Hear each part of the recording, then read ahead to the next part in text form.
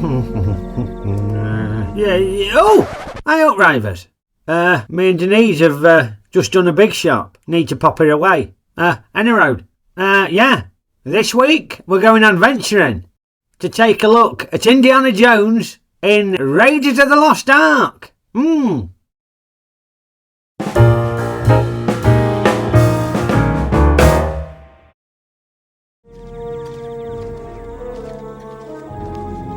Yes, we kick off with some mysterious music as some folk are trekking across a South American jungle.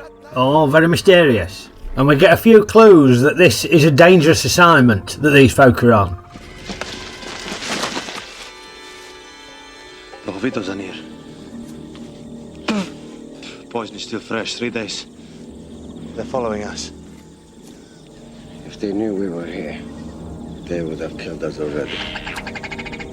Now they arrive at a lake, and the chap in the hat starts putting these pieces of a map together, presumably to see whether they've reached their destination, only for one of the guides to pull a gun on him, but he senses it and whips it out. The gun, not his, any road. Yeah, step forward, Indiana Jones. Yeah, what a great entrance that is. Any road, Jones and a young Alfred Molina make their way into this temple, where they have to negotiate all manner of creepy crawlies, a rope swing, and numerous booby traps, so that they can find the golden idol. Now, what I don't get is the temple. It's completely overgrown. Nature's reclaimed it.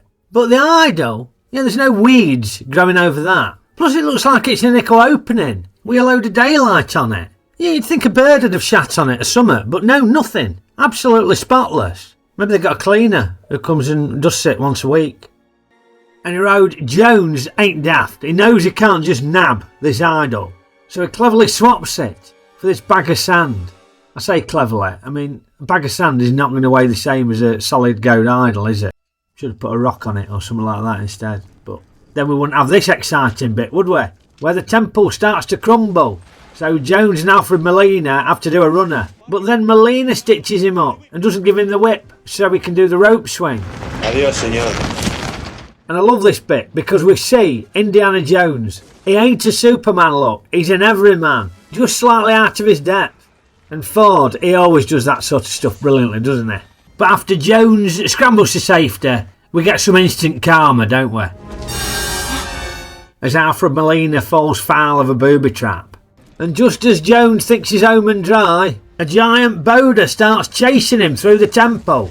Now this bit on its own has become iconic, ain't it? Much parodied, this bit. And ravers of a certain age might remember the Terry's Chocolate Orange adverts, where some greedy husband would try and negotiate a load of booby traps to nick his wife's chocolate orange. Terry's famous chocolate orange. Smooth milk chocolate with real oil of orange. How safe is yours?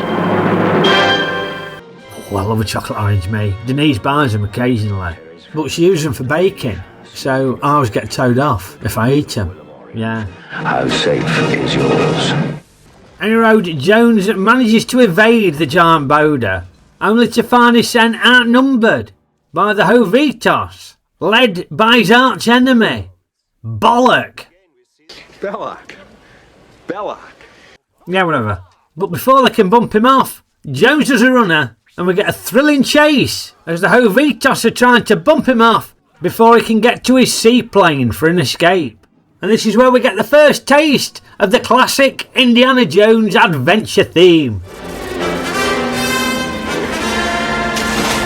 By John Williams. Absolutely brilliant piece of music, isn't it? Very heroic. And off escapes Dr. Jones into the sunset. Now, I had a cheeky look at the clock at this point, and we're not even 13 minutes in. We've had a traitor, an ancient temple, tarantulas, booby traps, a rope swing, more booby traps, nicking a golden idol, a disintegrating temple, another traitor, a spot of peril, a narrow escape, instant karma, a giant boulder, a baddie, a chase, and an escape. I mean, there's more action in that 13 minutes than there is in loads of films. You could stretch that out to be a whole film, that. I reckon that's got to be the best opening to an action-adventure film ever, hasn't it? Brilliant. I'm in, I'm hooked. Oh, and there's a trouser snake. He ain't a fan of snakes. I Big suck! I hate him! Now, we ain't even gone to the main story yet. That was like the sort of pre-credits James Bond bit, really, weren't it? But no, we now see Dr. Jones at work lecturing in archaeology, and his class is full of besotted ladies. And he's visited by these army intelligence blokes who inform Jones and his colleague Marcus Brody, played by Dan O'Malley, that the Nazis are trying to find his former mentor Abner Ravenwood, and mentions something about a staff of Ra. And Jones deduces that the Nazis are obviously after the headpiece to the staff of Ra. And if you put the staff in a certain place at a certain time of day, the sun shone through here and made a beam that came down on the floor here and gave you the exact location of the Well of the Souls. Where the Ark of the Covenant was kept, right? Which is exactly what the Nazis are looking for. It's a very good scene, this, because it makes what would otherwise be a load of clunky exposition really mysterious and exciting. And it does a great job of clarifying precisely how high the stakes are for Dr. Jones. An army which carries the Ark before it is invincible. So Jones has to jet off so he can find the headpiece to the staff of Ra, and consequently the Ark of the Covenant, before the Nazis do. Now, he doesn't have to do it on his own. He gets some great help along the way from the likes of Marion Ravenwood, who's his love interest in the film, played by Karen Allen. She's superb. She ain't no damsel in distress. No, she can handle a sen. She gives as good as she gets. And also Salah, an Egyptian excavator, played by John Rhys-Davies. He's very good in this and all. Bit of comic relief at times, and a good foil for Jones. Asps. Very dangerous. You go first. Here's a fun fact for you. This bloke caught dysentery while they were filming and shat his sen on set. Yeah. Now, there's some terrific baddies in this and all. Now, obviously I mentioned Bollock. Belloc. French archaeologist, played by Paul Freeman. And him and Jones are sort of two sides of the same coin. I am a shadowy reflection of you. It will take only a nudge to make you like me, to push you out of the light. But you've got some very good supporting baddies as well. Wrestler Pat Roach, who played Bomber in Our Feeder's Aim Pet. But she'd enormous tits. Yeah, he plays two baddies. First up as a giant Sherpa, scrapping with Indiana Jones in Marion's bar. But then he pops back up as a bare-knuckle boxing Nazi mechanic. And he made such a big impression, he turned up in the next two Indiana Jones films and all. Love Pat Roach, great. And this chap who betrays him at the start, he plays another baddie and all, along with a Nazi monkey. And of course we got the sword-wielding baddie in the market, ain't we? Showing off his skills. Who Jones just comically shoots dead. Now, here's a fun fact for you. Apparently Ford had dysentery when they were filming this. And it was supposed to be a long fight scene, 3-day shoot. So Ford said, look, why can't I just shoot him? Because he didn't want to shit his son on set. Now, it's a funny bit, this, but he has just murdered a bloke in a public market. Now, obviously, we're led to believe that the sword-wielding bloke is a baddie. But we don't know that for certain, do we? It could have just been a street performer. Yeah, them swords might be blunt. He's just performing, just showing off for the crowd. Yeah, but the equivalent of shooting a living statue in an Arndale centre. Jones were lucky there weren't any repercussions from that, I reckon. Should have been done for murder. But I think perhaps the best baddie is Tot, played by Ronald Lacey, who's a very threatening Gestapo bloke. Basically the forerunner to Air Flick in Hello Hello. Hey, fair play to Totty though. She's committed to that Gestapo overcoat, ain't he? Must mean sweating cobs in the desert.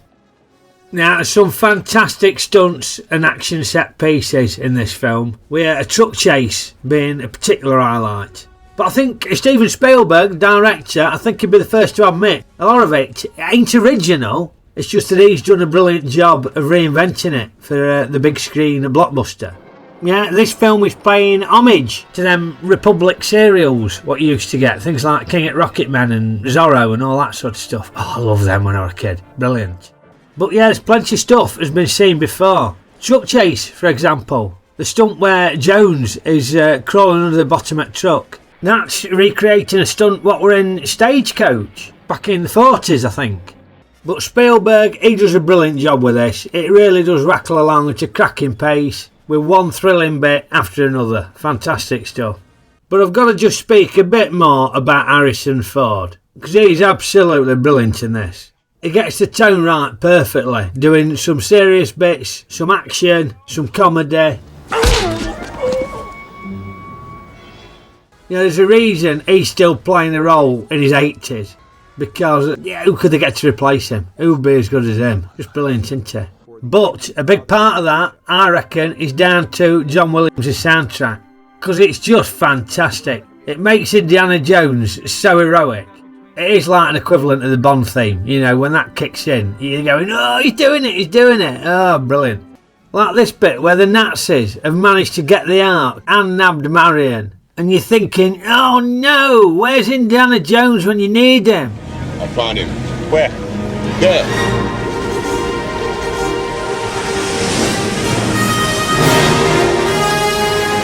Oh yeah, he's doing it. Yes, we salute you, Dr. Jones. I don't know what he's planning here though. It's a bloody submarine. Unless he can hold his breath like an Olympic synchronised swimmer, he's going to be in trouble here, I reckon.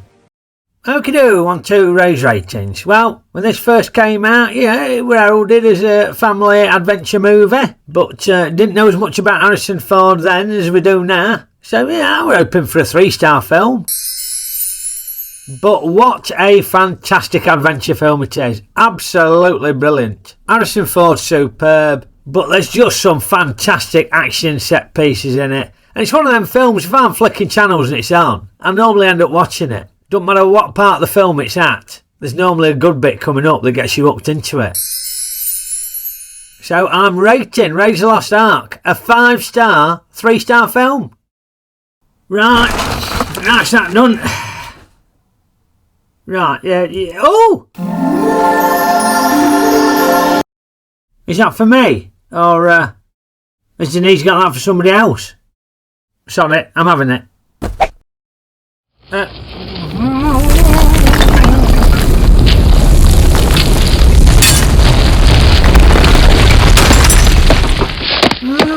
I don't remember my cellar being this big. Oh, bloody hell!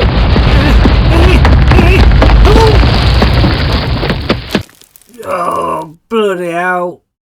Yeah, bollocks.